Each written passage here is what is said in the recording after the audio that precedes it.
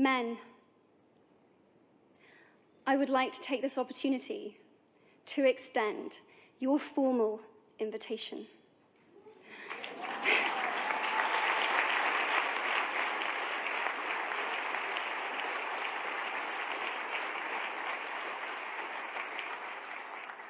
Gender equality is your issue too.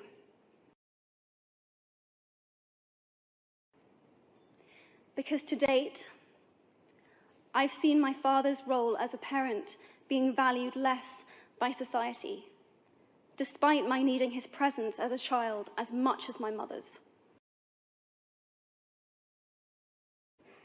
I've seen young men suffering from mental illness, unable to ask for help, for fear it would make them less of a man or less of a man.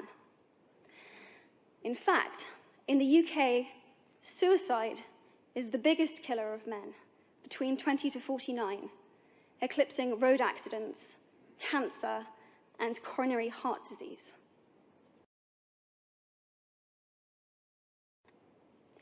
I've seen men made fragile and insecure by a distorted sense of what constitutes male success. Men don't have the benefits of equality either.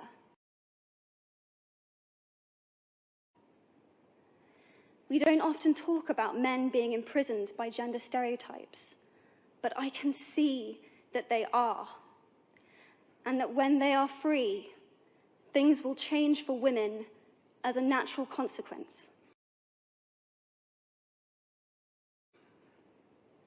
If men don't have to be aggressive in order to be accepted, women won't feel compelled to be submissive.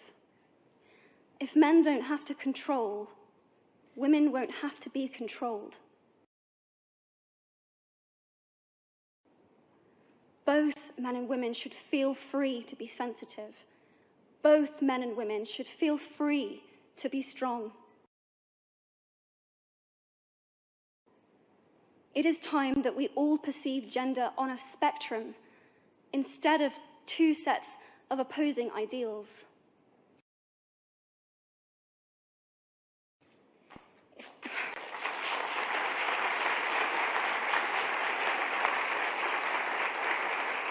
If we stop defining each other by what we are not and start defining ourselves by who we are, we can all be freer. And this is what He for She is about. It's about freedom. I want men to take up this mantle so that their daughters, sisters, and mothers can be free from prejudice, but also so that their sons have permission to be vulnerable and human too. Reclaim those parts of themselves they abandoned, and in doing so, be a more true and complete version of themselves.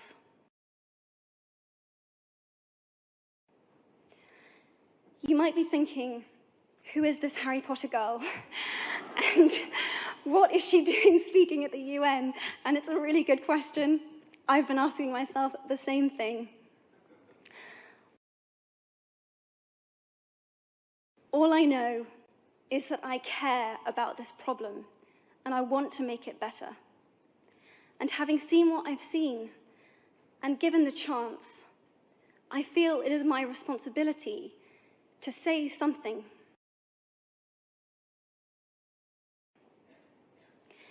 Statesman Edmund Burke said, "All that is needed for the forces of evil to triumph is for good men and women to do nothing."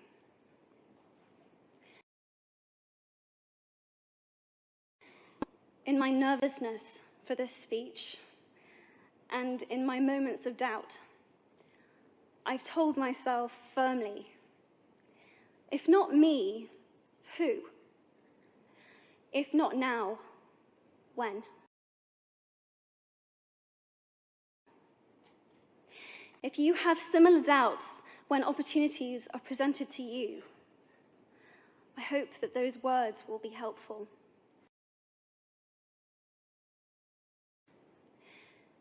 Because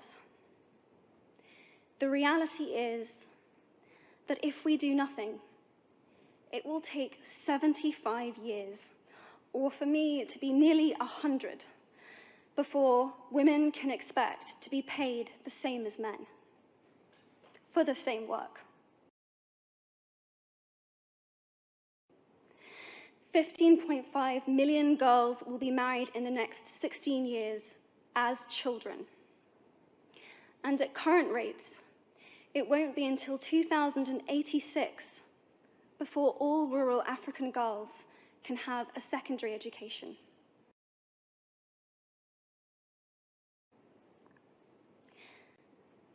If you believe in equality, you might be one of those inadvertent feminists that I spoke of earlier. And for this, I applaud you. We are struggling for a uniting word, but the good news is that we have a uniting movement. It is called He for She.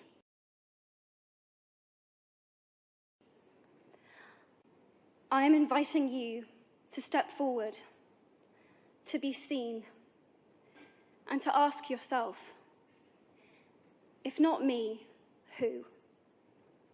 If not now, when? Thank you very, very much.